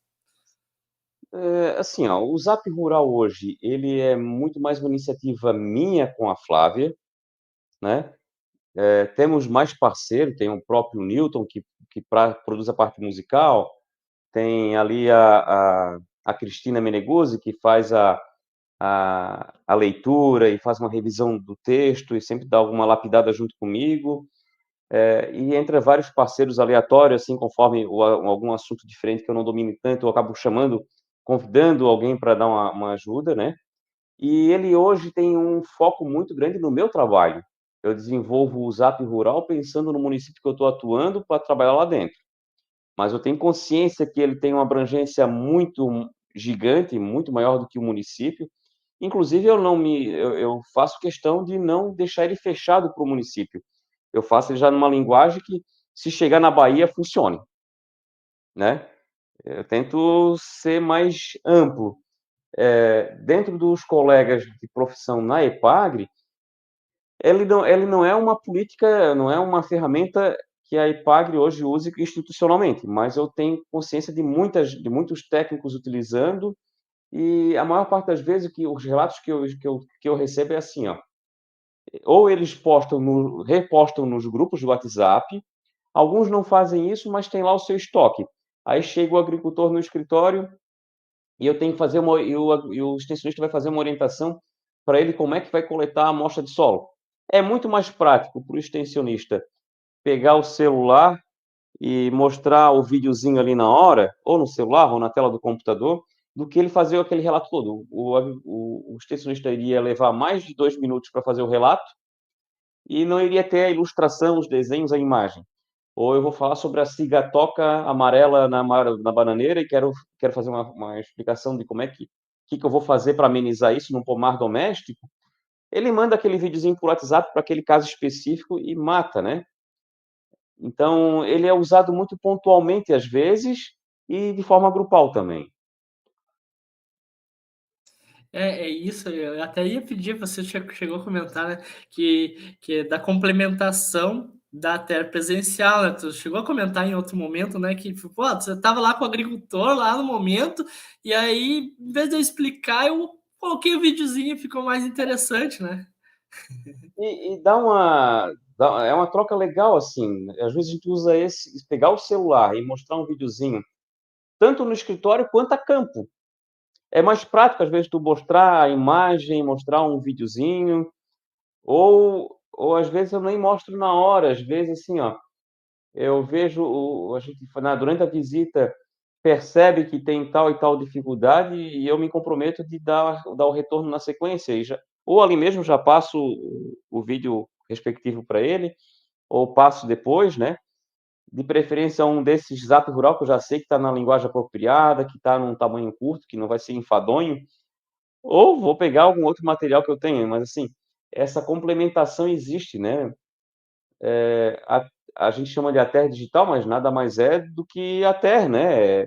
É só mais uma ferramenta que a gente vem usando na nossa atividade. É uma ferramenta que ela está disponível, né? É o que o professor Zwin comenta, a gente não está inventando a roda, é uma coisa que já acontece. É claro, é evidente que muitos rurais brasileiros não têm acesso à internet, que essa é a grande dificuldade, a gente sabe tudo isso, mas aqueles que têm acesso já é um complemento, né? Ah, é, tempo atrás era muito legal, né? Ver a mãe entrando no Facebook, né? As pessoas, né, também aprenderam com o fato de ter internet no meio rural, aprenderam a mexer com redes sociais, aprenderam até a melhorar a sua escrita, né, porque não era uma sociedade assim rural, né, voltado para escrita, tu tem que escrever também, e tem todas essas formas de diálogo, né, o Zuin comenta também, né, tipo, bom, e como que eu vou passar essa informação técnica para aquela pessoa que não sabe ler, né, o Zuin comenta também, né, dessa questão, assim, então tu precisa de várias estratégias, né, então isso aí é muito legal. Assim, ó, Ezequiel, com relação a essa exclusão, né? Uhum. Talvez existam outras regiões que isso seja um problema. Tanto em Pedras Grandes quanto agora em Paulo Lopes, se tiver 1% do público que não tem acesso, é muito, tá? E esse cara que está dentro desse 1%, ele tem um filho que tem. Então, assim, a gente é privilegiado, né? Moramos numa região assim que inclusive tem regiões de sombra que eu tô com o celular e eu não tenho acesso à internet, né, no interior, quando estou fazendo as visitas. Sabe como é que é o interior, né, essa questão de sombra, tem que ir em cima da lomba, né, como mostra lá no teu vídeo. Mas o sujeito tem Wi-Fi, porque ele bota a anteninha lá em cima do morro, bota um espelho, mesmo naqueles cantos que não tem, a gente tem Wi-Fi. E como extensionista, e ainda mais eu estou construindo agora, muitas vezes a gente tem que estar em contato com o pedreiro, ver se não mandou alguma coisa. O cara já chega, já pega a senha do Wi-Fi do agricultor e está em contato com o mundo mesmo onde não tem antena hoje. Então, assim, a gente está numa situação muito privilegiada. Não sei como é que é no resto desse Brasilzão aí afora, mas a gente escuta relatos aí junto a turma da Rede Aurora, das pesquisas do professor Zuin, que até mesmo os funcionários dessas grandes fazendas aí no centro-oeste brasileiro, hoje os patrões disputam funcionário, e um dos fatores que determinam se eu vou para a fazenda X, Y ou Z é se eu tenho um Wi-Fi disponível lá, né? E o patrão não enxerga mais isso como uma coisa ruim. Não só é um atrativo para o funcionário, como é uma maneira dele estar em comunicação direta com o funcionário. Esse proprietário ele está na cidade, ele está viajando, está numa outra propriedade, e ele consegue ter consciência do que está acontecendo e determinando o que tem que fazer, qual é a atividade que tem que trabalhar. Então, assim, ele é uma ferramenta de gerenciamento, de condução das atividades à distância. Então, assim, eu imagino que a cada ano que passa, essa sensação nossa de exclusão vai diminuindo, né? Muito bom. Tem essas questões assim. Mas eu acho que com o tempo a tecnologia vai aumentar e vai ter mais acesso ainda. Deixa eu fazer uma outra reflexão aqui. É, deixa eu pensar. Na disciplina no semestre passado, a gente desafiou os nossos alunos de vivência aqui a fazer um vídeo na propriedade, que eles foram visitar a propriedade, né? E claro, né, como toda pessoa, né, quando recebe um desafio desses, né, algo né, se aparecer no vídeo, tem aquela certa, né, não vou dizer que era resistência, aquele medo de, mas eu vou me filmar, não sei o quê, etc e tal, né? Então, eu vou te comentar nesse sentido para fazer duas questões. Primeiro, para tu comentar sobre a questão da produção do conteúdo, que você me comentou no privado ali, e para reforçar da questão do conteúdo técnico e como passa, que vem a ter com a linguagem, e também desses receios também, e porque assim, penso eu, né, que também tem muitos colegas que têm receios dessa nova ferramenta pelo fato de não conhecer profundamente, como o Felipe conhece, com essa magnitude de construção de vídeo. Por exemplo, o Felipe, por que tu não faz no OBS a tua live? Eu não sei fazer no OBS. Eu falei para ele, não sei. Né? Então tem essas situações também. Eu queria que você fizesse esse comentário geral aí para nós. Me perdi um pouco agora, assim, Como tu começa o conteúdo ali? Tipo, você constrói o roteiro, e aí como é que é o processo? Os meus primeiros vídeos lá no Tviraté, eu ia com a câmera na mão, fazia pergunta e a conversa com o agricultor e era fluida, né? Aí ele foi evoluindo com um roteiro. Eu escrevi o roteiro já pensando numa questão técnica que eu queria passar e com tópicos, né? E fazia a fala olhando para a câmera e falando para a câmera. Mas para chegar no que a gente chegou hoje, que é o Zap Rural, a ideia já é diferente. Porque a minha preocupação, assim, o nosso primor maior é com a linguagem adequada. E aí, para a linguagem estar adequada, para ela ser assertiva, eu entendo que o ideal é a gente fazer o roteiro, não só o roteiro do que eu quero falar, mas o roteiro da maneira que eu vou falar. A gente vai julgar palavra por palavra, e sempre que alguma palavra a gente entende que tem uma dificuldade maior, a gente vai procurar um sinônimo, vai procurar uma maneira de transformar. Nem sempre é possível, mas a gente tenta sempre estar procurando uma maneira de se comunicar de forma que seja compreensível pelo maior público possível, né? Pela maior quantidade de pessoas possível. Simplificar ao máximo. Evitar o máximo de redundância nesse texto. Evitar o máximo de repetição de palavras. E como é um texto escrito, ele acaba não tendo também vícios de linguagem, o né, né? A gente mata 100% disso, ele fica um texto fluido. Agora, como é que vamos ler isso? Porque se eu pegar e for falar para a câmera, morre tudo. Ou eu vou ficar lendo um papelzinho aqui e vai ficar horrível. Então, o que a nossa técnica hoje é ir para dentro do carro. E o carro, não sei se ficou claro no vídeo ali, mas ele é o ambiente que tem uma acústica muito boa e que é acessível, né? E ele é acessível e está onde eu estou. Se eu estou no escritório, então eu estou com o carro lá. Se eu for para casa, eu esqueci uma. A gente continua trabalhando depois. Então, daqui a pouco, eu estou em casa no final de semana e percebo que tem um vídeo que eu fiz e que não deu certo, uma frase. Eu volto no carro e gravo só aquele trechinho E como ele foi gravado no mesmo ambiente, que eu trouxe o ambiente comigo, né? Ele fica perfeito, eu encaixo ele. Então a gente realmente vai ler. Claro que eu vou ler tentando demonstrar que não estou lendo, estou falando, estou fazendo uma entonação de uma fala, mas eu sei o que eu vou falar palavra por palavra. É claro que às vezes nessa leitura eu percebo ainda alguma coisinha que deixei passar e muda um pouco, porque na hora que a gente está realmente falando, né, é que a gente percebe que, pô, isso aqui não encaixou tão bem e faço alguma troquinha. Mas a gente tenta ao máximo que isso não aconteça. E aí depois a gente ilustra essa narrativa com imagens que tenham a ver com o que a gente está falando. Essas imagens vêm ou de vídeos da própria TV Pagre, que aí não me preocupo tanto, ou eu vou lá no canal do Ezequiel e roubo um trechinho lá do Ezequiel, ou eu gravo quando estou indo a campo alguma coisa do que eu queria falar. E tenho me aventurado muito na animação, né? Não consigo imagem de jeito nenhum do cara semeando, jogando a semente. Eu vou lá e faço. Não consigo imagem de jeito nenhum do silo que eu estou construindo agora, de uma série Cacilagem, que eu quero fazer a animaçãozinha assim, do silo sendo retirado com camada de 30 centímetros e tal. Eu vou lá e produzo essa animação. E aí eu faço a animação lá, como eu estava dizendo, né, no PowerPoint. O PowerPoint é uma ferramenta maravilhosa para produção de vídeo, né? Boa parte que vocês veem de ilustração, de desenho, eu faço no PowerPoint. Não seria a ferramenta ideal, mas é o que a gente domina, né? E ele permite fazer. Ou vou em últimos casos, como foi aquela do Capim, que tinha um movimento e ia lá fazendo After Effects.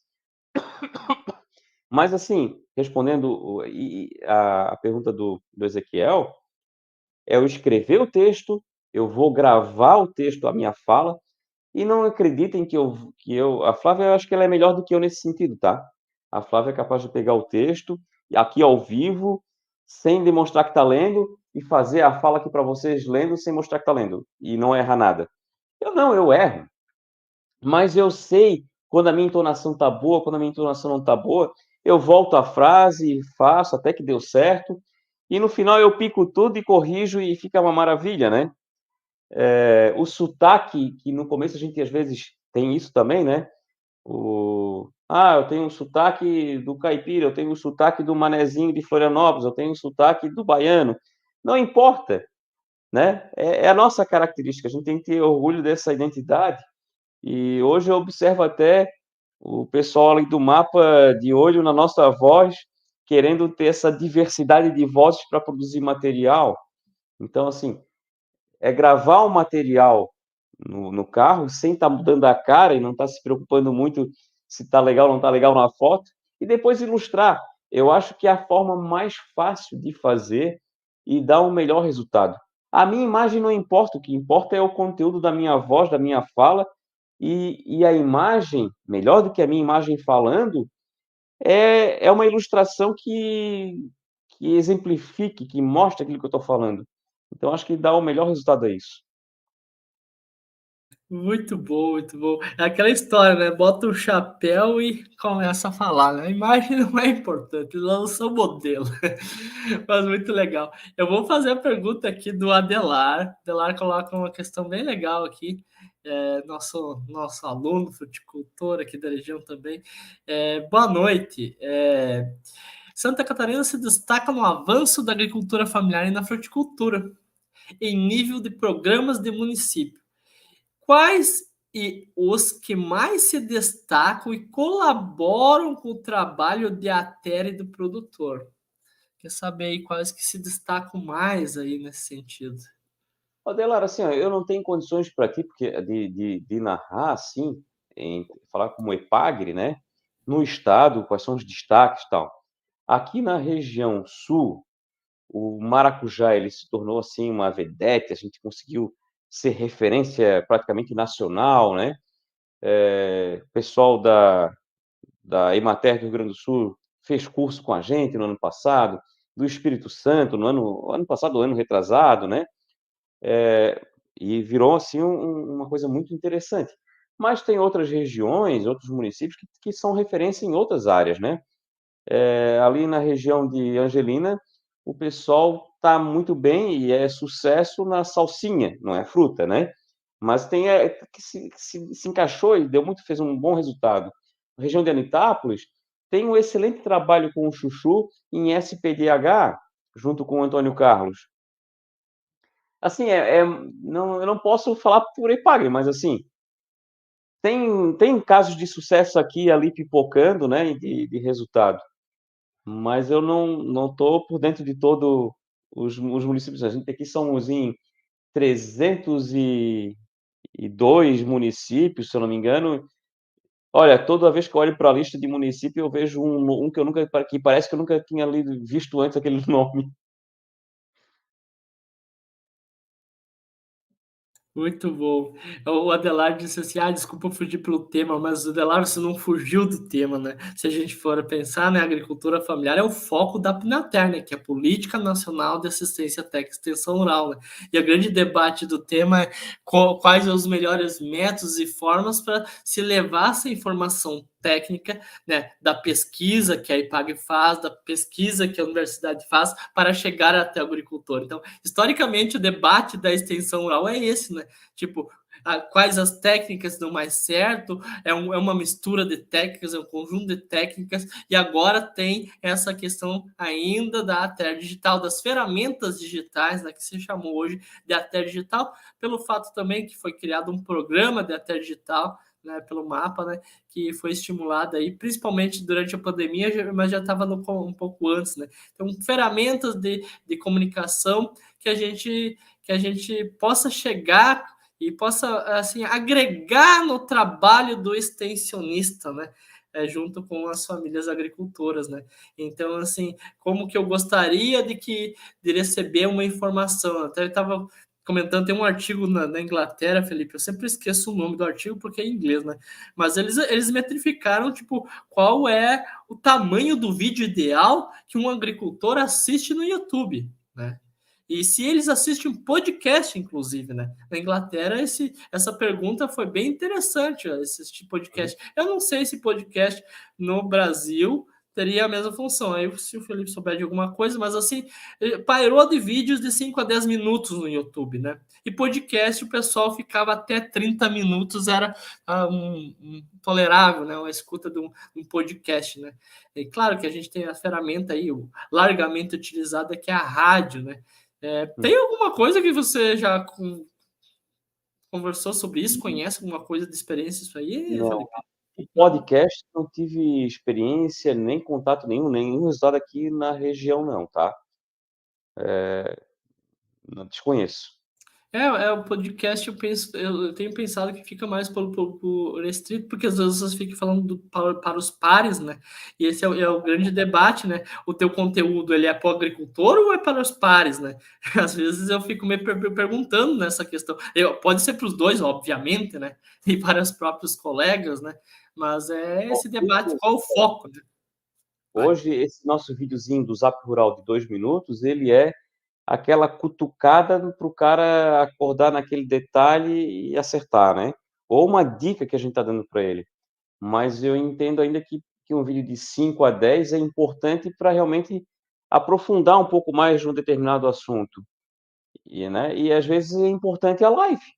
Mesmo para o agricultor, a live eu acho que foi muito boa durante a pandemia e ainda tem muito espaço. Só que assim, ó, a live ela já não consegue ser uma ferramenta de um escritório municipal, porque o alcance dela é muito grande. A live, quando eu faço uma live no canal da Ipagre, não adianta eu querer fazer não tem uma coordenação, né? Um município fazer sobre silagem agora e de repente semana que vem um outro fazer sobre silagem. Não, tem que ser um sobre silagem a nível estadual, porque todo mundo vai assistir, né? Então, assim, a live já exigiria uma coordenação estadual em cima. Um videozinho curto, quando a gente faz, seja ele bem estruturado, como está hoje o Zap Rural, seja às vezes o próprio extensionista pegar o celular e fazer uma chamada de atenção, pessoal, a gente está com problema na cigarrinha do milho aqui esse ano e vamos tomar tal e tal e tal cuidado. Não precisa ser uma coisa tão estruturada, com vinheta, com nada disso, né? mas resolve aquele problema daquele município, daquela região. Agora, a live eu acho que já não dá, não, é um investimento mais pesado e eu acho que já tem que estar mais coordenado estadualmente, assim, sabe?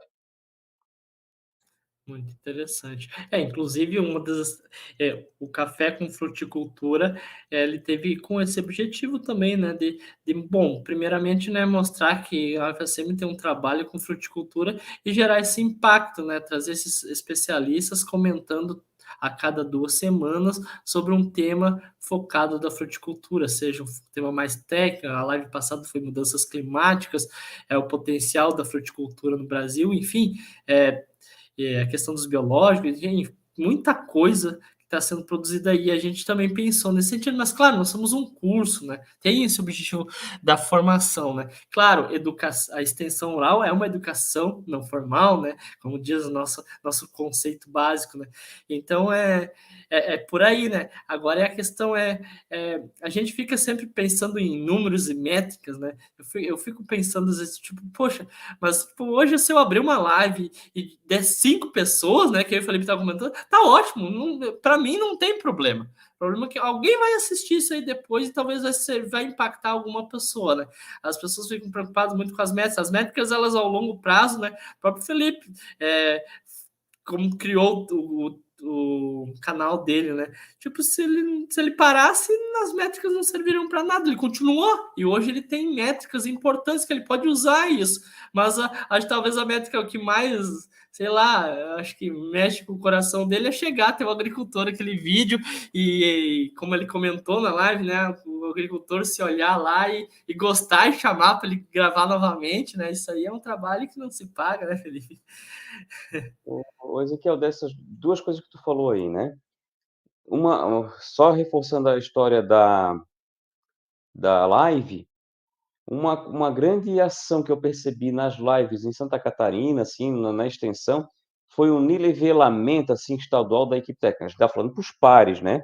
Porque parte de quem estava assistindo às lives também eram os outros técnicos. Então, quando eu tinha um cara falando de fruticultura lá da uva, lá do oeste, o pessoal daqui que também trabalha com uva está ciente do que está rolando lá e a gente nivela o conhecimento. O pessoal da pecuária nivela o conhecimento, né? Então a gente acaba com as lives fez a gente começar a falar um pouco numa linguagem única dentro da empresa. Eu acho que isso foi uma grande vantagem. Com relação às métricas, assim, medição, é sempre aquela coisa, né? O Zap Rural. Quando eu boto um vídeo no YouTube, eu sei quantas visualizações tiveram. Eu sei se aquele vídeo foi bom, não foi, eu tenho uma percepção. Agora, quando eu faço um Zap Rural hoje, o Zap Rural está indo para o YouTube, mas apenas como um repositório. Eu não faço força nenhuma para o Zap Rural no YouTube ter número. Eu divulgo ele em lista de transmissão lá no grupo, na comunidade Zap Rural, né? E, e aí quem recebe, repassa quando tem interesse, como é o caso do Ezequiel, passa dentro do curso e tal. Agora, assim, eu não tenho ideia de quantas pessoas receberam, de quantas pessoas repassaram. A gente perde completamente o controle, mas a gente já abnegou, já não está preocupado. O que a gente vê é os relatos, porque, assim, é relato de aluno de doutorado do ZUIN, lá em Brasília, flagrar o sujeito treinando o funcionário a questões de mastite através de um Zap Rural. Ele flagrou lá, né? Não foi ele que passou o Zap e o Zap foi visto. Não, ele chega na propriedade e vê que o Zap Rural está sendo usado. Então, assim, a gente vê que vai longe. E não acredita, assim, eu recebo ligação do Brasil inteiro, assim. Eu não divulgo, eu tento até esconder, mas o pessoal acha o telefone, descobre onde é que a gente está trabalhando, liga para o escritório, liga para o celular e faz pergunta para a gente, né? Então, assim, dá para perceber o quanto que é o alcance disso quando a gente está respondendo pergunta do Pará, da Bahia, de Minas Gerais, né? E, em alguns casos até eu gravei vídeo, eles gravaram vídeos para mim lá com depoimentos do que aconteceu depois que adotaram alguma técnica e eu postei esses vídeos. Eu, se não me engano, tem 2 ou 3 vídeos no canal de relatos da Bahia e de Minas Gerais. Então, assim, o negócio é fantástico, é esse retorno que a gente tem depois, né? Você falando aqui, eu já tô rindo, né? Que dá bastante acesso nos vídeos do extensionista é a questão do crédito rural, né? As pessoas têm muito interesse, né, do crédito, né, saber como funciona o Pronaf e tal. E eu fiz umas aulas, né? Não consegui fazer todas, mas assim, basicona, assim, para talvez até para usar para os alunos, né? E aí é muito legal porque os agricultores assistem. E aí eles perguntam, tá, mas quando é que vai liberar o crédito? Eu fui lá no fulano, eu não sei o quê. Tipo, porra, eu não sei quando vai liberar, porque toda hora muda, entendeu? Então, assim, às vezes a gente, no começo, ficava assim, cara, o que eu vou responder? Tem que fazer certo. Hoje eu já não me preocupo mais, porque a minha função é deixar um conteúdo, assim, mais genérico possível, para que esse vídeo possa ser importante para vários anos, né? Mas tem essas coisas, assim, tipo, já perdi o medo de dizer que não sei, entendeu? É mais ou menos assim, né?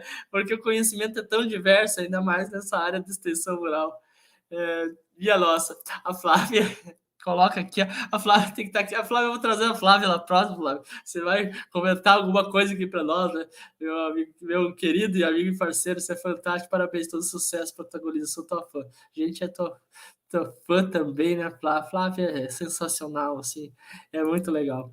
O Luiz aqui, ó, o Luiz é exemplo, ó, exemplo de dedicação, tá aí fazendo nosso curso aí, já, né? É um cara vigoroso aí nos estudos, aí tá fazendo curso técnico em fruticultura.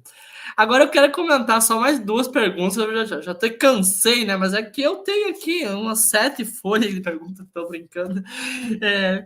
Sobre os ruídos de comunicação. Já vou deixar esse link aqui. Porque, assim, ó, uma coisa que a gente também. Isso é no processo de educação, né? Então, assim, seja professor, aluno, extensionista, agricultor, né? O meu objetivo, eu falo para os meus alunos, é eu tentar reduzir os ruídos de comunicação que acontecem no sistema EAD, né? Educação à distância, né?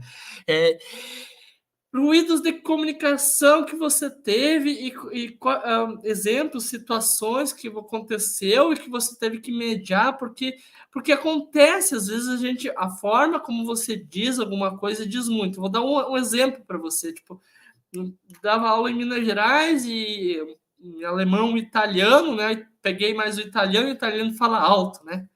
Então, isso para Minas, numa cultura, o falar alto talvez possa soar agressivo, né? Então, é a forma como você interpreta também. O que você tem? Já aconteceu um caso? Como é que vocês lidaram com isso? Né? Enfim, largo a bola. Olha, eu acho que no Zap Rural, se aconteceu, nós não captamos, porque a gente o nosso grande esforço é ter essa clareza da comunicação, né. E na lida Esse extensionista?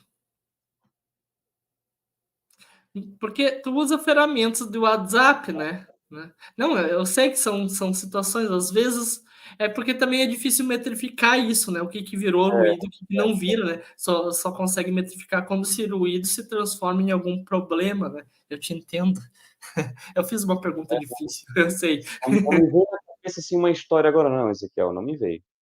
Alguma história, assim, para contar de ruído, agora não me veio não, fugiu, assim.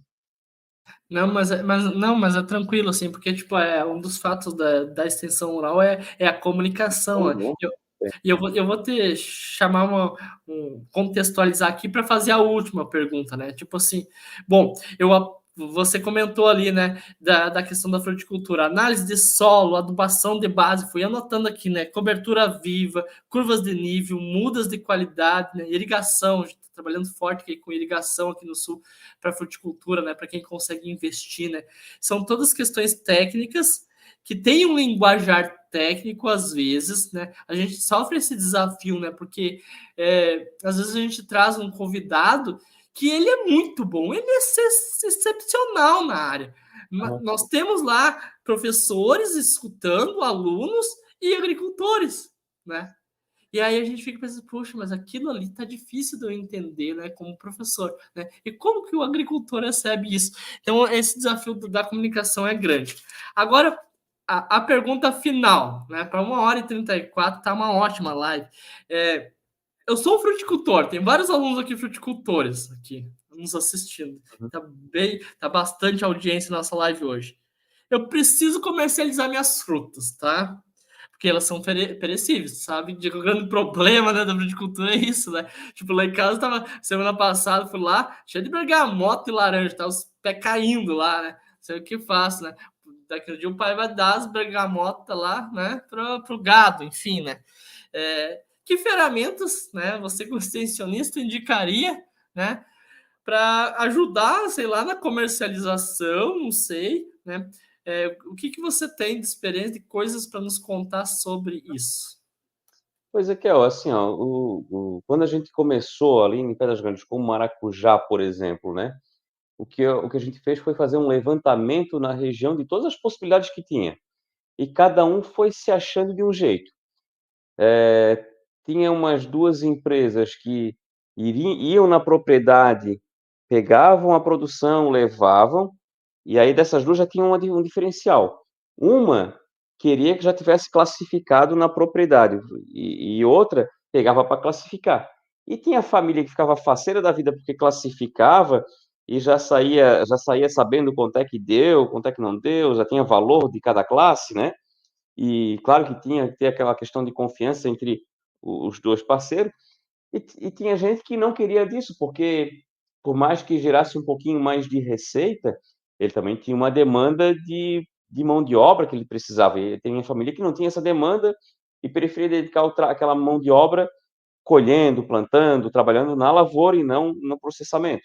E aí levava para outra outra empresa que recebia tudo, classificava lá e só dava o resultado depois de 30 dias. Tinha produtor que tinha até um porte menor, e eu acho que esse cara às vezes ganhava tanto quanto um outro com porte maior, porque ele pegava, botava no porta-mala do carro, da caminhonete, ia numa padaria, ia numa lanchonete, ia vendendo picadinho num preço muito superior, né. Claro que esse cara, ele tinha muito mais tempo ainda que aquele primeiro de estar na estrada fazendo essa comercialização, mas ele faturava em cima. A produção dele era menor, mas ele faturava em cima. Tinha outras oportunidade que era com uma lanchonete no shopping, que era na verdade uma rede de lanchonete, que eles ofereciam um valor fixo durante o ano inteiro. Então, assim, ó, esse levantamento que a gente fez lá no início, lá em 2015, foi fantástico, porque a gente apresentou para os agricultores todas as possibilidades que tinham, e cada um foi se encaixando. Tinha gente que não queria nem saber do outro jeito de trabalhar, só queria trabalhar com o cara do shopping, o outro só queria trabalhar com o cara que pegava já classificado. Então, assim, cada um foi se encaixando. Teve gente que levava para o Ceasa, em Florianópolis, né. E nesse meio tempo foi mudando, né, o negócio é dinâmico. Então, assim, eu acho que realmente tem que fazer esse levantamento e entender. Falando em e só fazendo uma crítica, assim, né, uma coisa que até hoje a gente tem dificuldade de entender. O maracujá sai aqui do litoral sul de Santa Catarina na faixa de uns R$ 2 em média até hoje, né, isso não mudamos muito, assim, essa faixa de valor. Vai até São Paulo, CEAGESP, e tu vai aqui num mercado aqui na região, numa rede de supermercadista grande aqui na região, e a gente vê o maracujá, às vezes, a R$ 14 o quilo, numa qualidade péssima, nojenta, feia. A impressão que eu tenho, a humanidade é complicada, né, é que esse maracujá foi até São Paulo e voltou, cara. E chega aqui, assim, detonado, com o preço lá nas alturas, né. Então, mas é difícil, porque para esse acesso nessas grandes redes de supermercado, é mais complicado. Porque eles não querem o picadinho, eles querem que o cara atenda a rede como um todo, né. O professor Gustavo trabalha essa questão do canal de comercialização aqui, né, a tese dele também é sobre isso e tentando fortalecer o circuito curto de produção, né? Até por causa da sazonalidade, um monte de dificuldades, mão de obra na fruticultura que está careca aí, né? Então, se investindo mais em tecnologia também, porque os jovens não estão ficando, toda aquela história, né? Mas uma questão interessante que eu lembrei agora na tua fala, já estamos indo para o final, sim, é que o tabaco, né? É tipo, filho de fumicultor também, né? O tabaco tem uma estrutura muito cara, né? Quando eu fui estudar a questão de por que as pessoas continuam produzindo fumo depois de muitos anos, uma série de coisas, né? Bom, primeiro a renda, né? E depois a estrutura, o capital social que se tem de muitos e muitos anos, que você comentou na live, né? Então, assim, e aí, tipo, bom, o sistema de integração, como é para a avicultura, para outros, né? Ele é muito cômodo para o agricultor, né? Ele precisa fazer o papel dele lá dentro da porteira.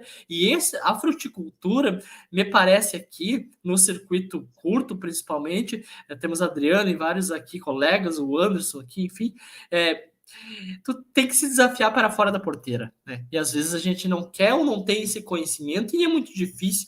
E muitos agricultores, eles falam isso, pô, beleza, vou produzir, mas não tem mercado. Porque ele entende que o mercado tem que estar pronto, né? Por isso é a construção social de mercados, né? Então, mas o relatos de técnicos do Programa Nacional de Diversificação do Tabaco falam que a fruticultura foi uma das únicas tentativas, né, de talvez diversificar a cultura do tabaco, que mais se aproximou assim da realidade assim dos agricultores, né? Ô, Ezequiel, eu Vai lá. senti isso que tu tá falando, assim, ó, o agricultor do tabaco, ele tá acostumado a receber o insumo na propriedade, de entregar o produto na propriedade praticamente, né, e não se preocupar nem com a compra de insumo, nem com a venda do produto. E realmente essa foi um grande desafio dessa turma que foi para a fruticultura. Era comprar, eles tinham dificuldade de negociar, de ir atrás de outra alternativa, de outra agropecuária, de buscar alternativa, e a venda também. Essa realmente foi, assim, o grande desafio, a grande quebra de paradigma deles, foi esse botar a mão no mercado, assim, né, entender esse mercado. E não é interessantíssimo isso aí, né? Porque é aquela questão do entregar, né? Que é uma crítica, né? Que se tem um sistema integrador, entrega, né, você não barganha. Claro que tem agricultores que barganham, né? Então isso aí é uma questão assim. Bom, dá muito pano para manga. O professor Gustavo trabalha muito bem essa questão dos canais de comercialização. Bom, agora eu vou fazer a última pergunta e depois eu vou te dar mais uma palavra. Agora é legal essa aqui vai mexer com você. Você mudou de município, né? Então, assim, está sempre buscando desafios. E eu vou fazer a pergunta. Teu sonho na extensão rural é três pontinhos. Essa aí eu não, espera, não foi combinado. Talvez, Ezequiel, seria repetir, claro que em outra cadeia, ou não importa, mas assim, ó, eu acho que é repetir um sucesso tão grande quanto foi aquele dessa atividade que eu narrei lá do maracujá em Pedras Grandes. Eu acho que chega a ser um sonho repetir aquilo tudo novamente, porque foi grandioso, assim, porque foi rápido, foi bombástico, assim, e com um resultado nas famílias, assim, gigantesco, sabe? Eu acho que repetir aquilo ali é um sonho, né, para se realizar novamente. Não importa que seja na fruticultura, que seja na pecuária, mas repetir um resultado tão grandioso quanto foi o resultado de Pedras Grandes, assim, seria um sonho. Muito bom. Não, e é um desafio, né? Porque é um outro público, um outro contexto, talvez numa outra cultura, de uma outra racionalidade, né? E É. a, e a questão que tu falou, Felipe, que é uma característica do profissional de extensão rural, ele também tem que ser multidisciplinar, né? Ela é fruticultura, amanhã é avicultura, amanhã na pecuária, né? Enfim, porque tipo, por mais que a gente tá falando técnico em fruticultura, a gente comenta, né? A fruticultura nunca vem sozinha dentro da unidade de produção, né? Ela está dentro de um sistema de produção, talvez para alguns é autoconsumo, para outros já começa a se visualizar com alguma tentativa de ser o segundo, ou talvez no futuro um carro-chefe, né? Então é mais ou menos esse sentido. Bom, agora eu vou te dar a palavra final, né? Chega de te perguntar, tá muito boa a live, muito obrigado. Palavra final para o Felipe, obrigado pela tua presença. O que tu pode nos dizer aí para nós, futuros técnicos de fruticultura, para os professores, para os pesquisadores que estão aqui? O que tu comenta aí sobre esse fechamento da live? Assim, ó, eu acho que até desse foco meu no audiovisual, nas mídias digitais, né? Eu entendo assim que temos que dar uma atenção nessas ferramentas hoje, sim. Eu acho que vale a pena ter esse domínio dessas ferramentas, e não precisa saber editar, mas tem que ter uma noção mínima desses conhecimentos. Eu acho que é mais ou menos aquilo que eu já postei lá no, no Sabiá Compartilha, aquele conhecimento, o que já está lá, eu acho que já é o básico, assim, que a gente tem que ter uma noção, sabe? Porque o mundo mudou, e ele vai mudar ainda mais, e é exponencial, né?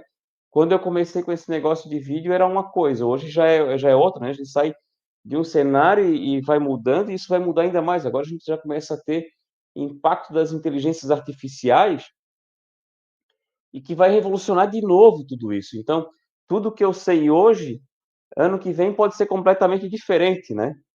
Pode ser que eu não precise mais gravar dentro do carro, eu posso digitar aqui um texto, e eu já fiz isso, e uma inteligência artificial vai ler para mim e vai botar as imagens.